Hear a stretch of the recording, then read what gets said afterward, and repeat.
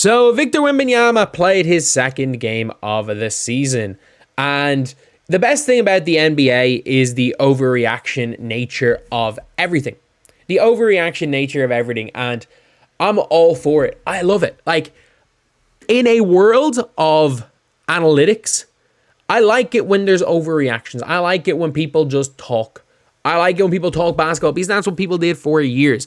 Obviously, if you say some dumb stuff, you deserve to be called out. Like, that's me included. If I say something dumb, if I get to take 100% wrong, cool. The reality is not everyone's right about basketball. Like, I gotta know what a Raptor is. I don't care when I watch basketball about a player's Raptor rating. I don't care when I talk about basketball about all this stuff. And the reality is that everyone's going to overreact. Everyone overreacted to Victor Wembanyama's first game. We're going to overreact to the second game too. And he faced off against his old nemesis, Alperen Sengun. Why are they nemesis? Because Sengun gave him the business last year, and people were saying Sengun was better than Wemby. And yeah, Sengun had like 6 points. It was not a good night for him. But Wembanyama shot a terrible percentage in his first game, and he just struggled. And people were talking about a sophomore slump and everything. And I basically said, and I was like, look, he does settle a little bit. That's probably the one problem with his game, and it still is the one problem with his game. And then people were like, oh, he's not KD, he shoots X% from three. I'm like, man, KD shot under 30, he's a rookie. But he's still someone that I think is the reason why I think he's one of the best players in the world is that even when he's having a bad game, his presence on both ends of the floor is worth 10 points alone, even without him dribbling a ball. But like, if we don't want to look at yesterday, some of these clips, like the guy had 3 blocks, 7 boards, 29 points. Like, you're watching Sengun trying to take him in the post. Bam. Doesn't matter. And like, we're watching a 7-5 dude. We're watching a 7-5 dude lead the pick and roll, start off the game by shooting from Caitlin Clark range. Like, what are we? Like, this guy's an alien. This guy is not human. And I mean that. This guy is not human. He obviously put up 30 in game 2. He is... How was he not an all-star last year? I'm sorry, how was Wemby not an all-star last year? Like, that is a stupid shot. Chris Paul just throws the ball in the air. He just throws it in the air in the general direction of Wemby. And Wemby steps through and obviously makes the shot. I've lost internet. So we're just going to be talking about just the Wembanyama effect. And Wemby is one of those players that it just goes so far beyond the stat sheet. Because obviously if you look at the stat sheets, he's done incredible. If you look at some like advanced analytics. But the one problem is that advanced analytics is just other stats and like ways of merging. It's just a more detailed version of the stat sheet. Like, they don't have a stat for a player that scares the bejesus out of somebody. Like, that's not a stat.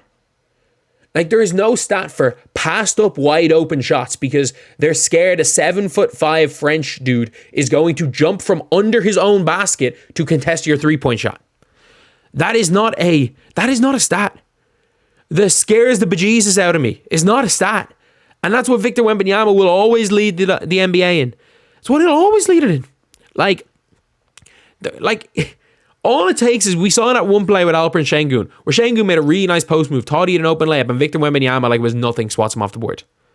Like, those type of plays you're watching and you're just like, okay. If you're Sengun, you're demoralized. You're demoralized from that. Like, there are some plays where you're just like, oh dear God, no. Not doing that again. Not doing that again. And that's the thing with Wembanyama. Is that, and that's the one difference between like something like a Gobert and the one unpopular opinion, the reason why Gobert is so effective on defense is because players aren't scared of him, and they realistically should be.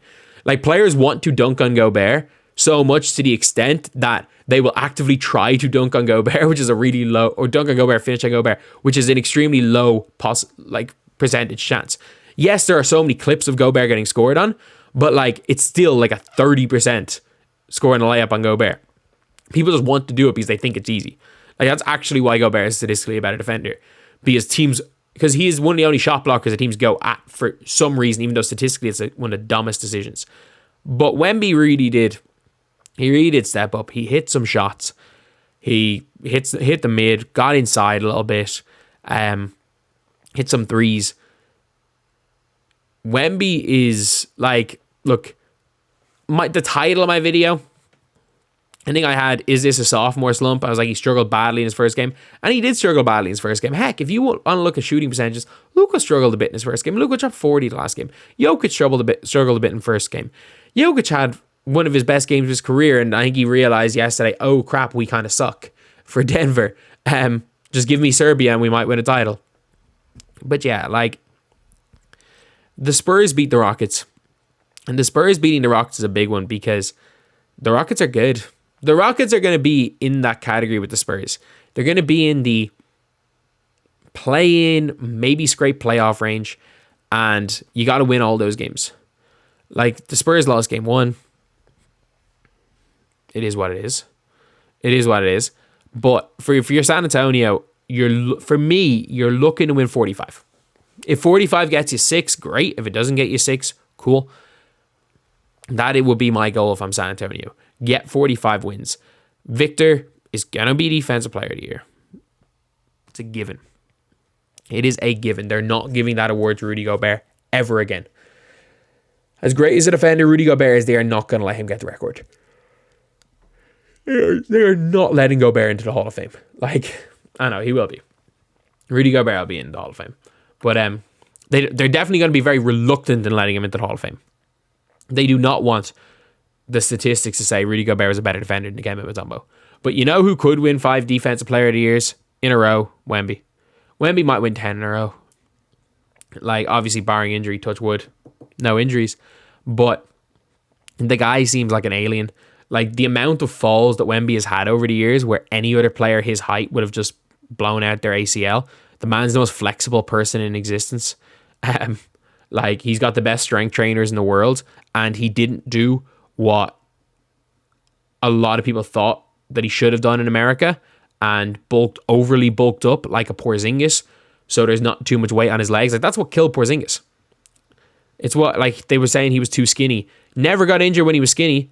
Dude bulks up and he couldn't stay on the floor. But yeah, Wemby's got obviously some of the best strength and conditioning people around him. But yeah, Wemby is already a superstar. For people saying it's a disgrace to put Wemby above Ja Morant in teams' top 10s, Wemby is better than Ja Morant. Wemby's probably not better than Anthony Davis, who I think ESPN had him over. But Wemby's top 12, 13 in the world. Wemby's better than Brunson. Wemby's better than, I'm trying to think of like top 10 players. Like, Wemby's not better than Steph. Wemby's better than Jaylen Brown, not better than Tatum. Sorry, Celtics fans, if you don't agree. I just think Wemby's better. Who else do I think he's better? Like, most of them. Like, he's not better than LeBron, not better. He's better than KD. He's better than KD. I'll say it. I'll say it there. Wemby's better than KD. I will end the video on that really, really controversial statement. And if you guys agree with the controversial statement, subscribe. We're trying to get 1,650 by the end of the day.